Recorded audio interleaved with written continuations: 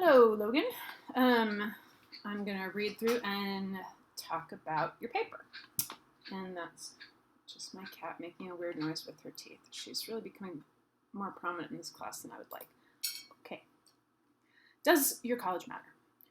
I've chosen to write about the career outcomes of students with the same study from different universities. The common assumption is that the students from the more prestigious university will get the better career, but is that always true? Straight to the point. Upon entering college, I have started pondering on the idea of what I want to do in the future. While choosing which university I was going to attend, I had one question in mind, and that was which university will give me the best results.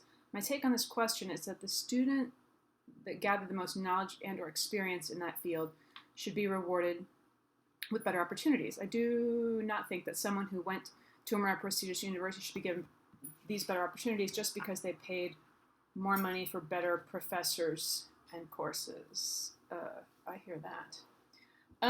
One thing I'll say just from your first two paragraphs, I think you could use, in my opinion, you could use some more commas. Like, commas are free. Don't feel like you have to save them for a rainy day. For example, I would have put a comma in the first paragraph after career. The common assumption is that blah, blah, blah, comma, but is that always true?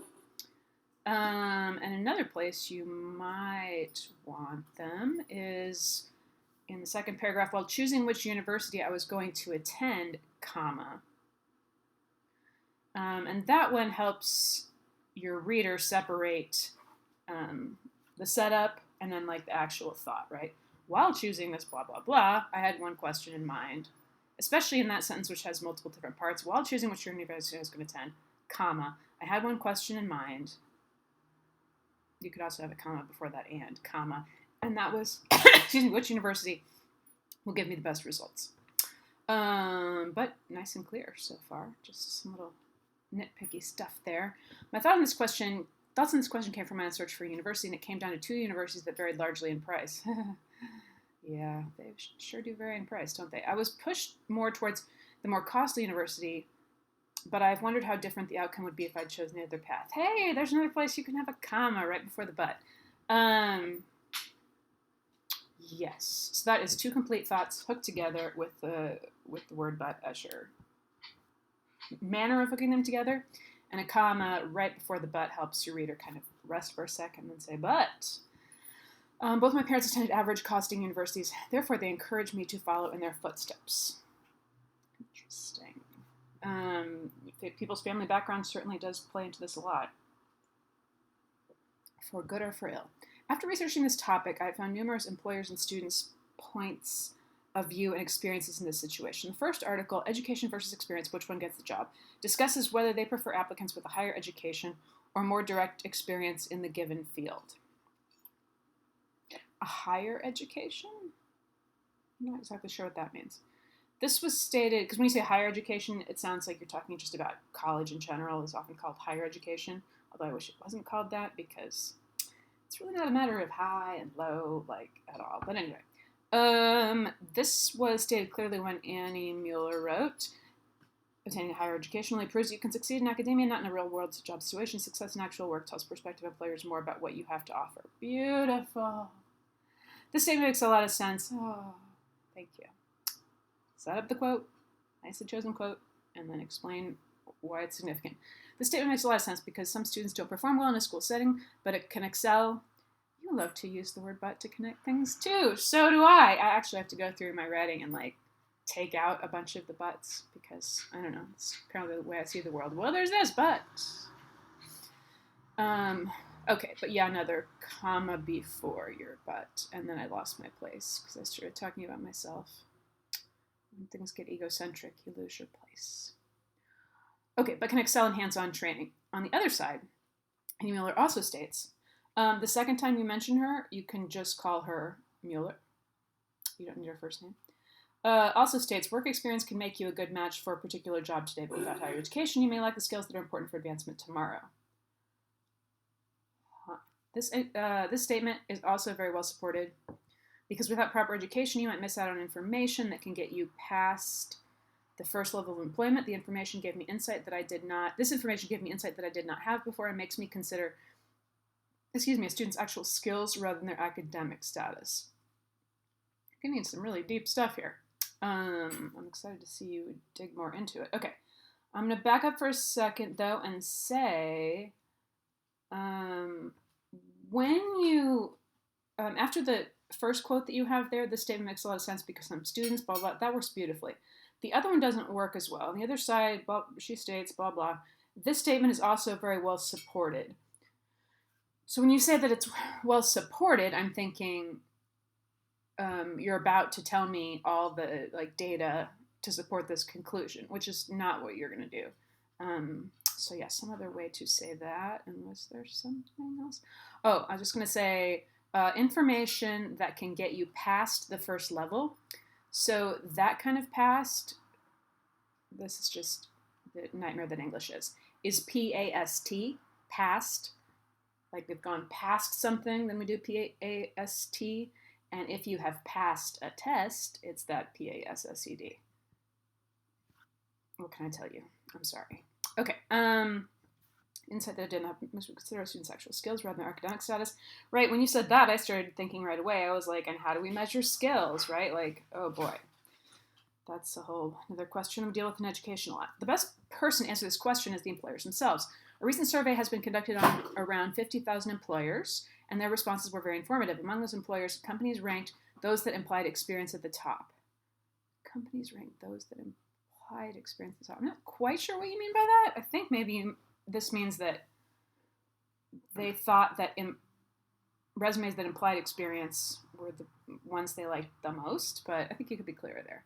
This is interesting because the majority of people assume that those who have higher academics are also always going to be more successful in their career. Although you can be very academically smart and have a lot of experience, it doesn't always mean that. Definitely true.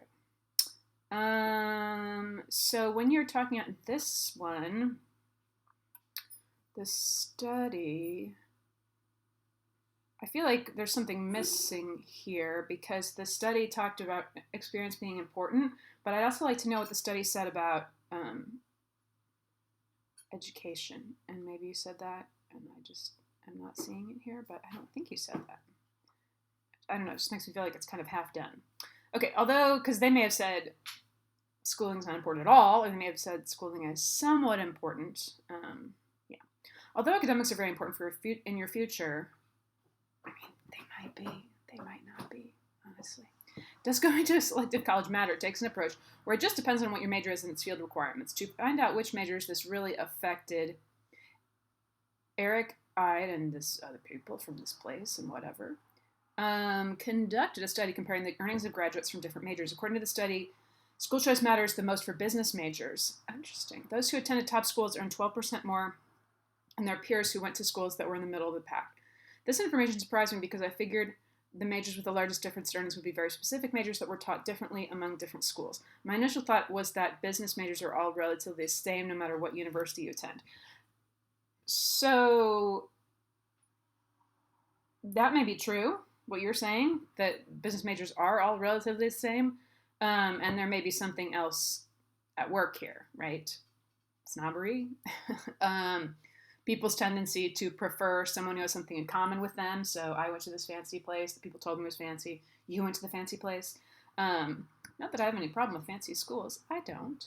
But I'm also wondering, just speaking to your ideas and not your writing yet, I'm also wondering about the fact that business education, I think a lot of the reason people go to get MBAs, the people I've known, has been because they wanted to form connections with other people that they could use in business later. So anyway, initially I sided with the majority of people. The majority of people believe that academics are everything and the good grades. I don't think that's what you said. The majority of people believe academics are everything. So anytime you feel like you're painting yourself into a corner like this, like the majority of, you can always, not always, but pretty much always, fill in something like many people believe, right? Then the reader isn't like, oh, exactly how many? It's just like, well, many people believe. And like, sure, I know that's true for sure. That academics are everything and the good grades will reward you with good money, and that can mainly be true, but that is not all that counts. There's another but you can put a comma in front of. Most employers would prefer applicants that have valuable experience rather than those without experience, comma, but with academic knowledge in the field. Most employers would prefer applicants that have valuable experience. I think I would stop at experience because the rest of that just confused me. Most employers would prefer applicants that have valuable experience, period. Well, okay, I'm not exactly sure what you're trying to say, but that's unclear. So I'll leave that up to you to figure out. I think this is an important question to ask yourself because if you are one who cannot show your full potential in a classroom, you still have a second chance if you're better hands-on or already experienced. Oh, absolutely, absolutely. I would just add, too, that when you're saying many people believe academics are everything and good grades will reward you with good money, probably the people you've heard that from were teachers, not the teachers. Can't be trusted. That's not what I'm saying at all. But yeah, part of the, it's also true that for me as a teacher, my main objective is absolutely not to make sure people get good grades and make sure people get what they need to make good money. Like, honestly, I mean, I'd like people to make enough money to live, but I don't care about that at all. That is definitely not my objective. So, and your works cited looks okay. There's a weird, I know things always get weird with these long addresses, web addresses. Okay. So hopefully you found that helpful, and also hopefully I read the right version, because at the top it said Essay 1 RD, but I couldn't find another one, so I'm hoping that was the right one. And you now have some ideas to go back through and do a little revision, and I hope you have a lovely day.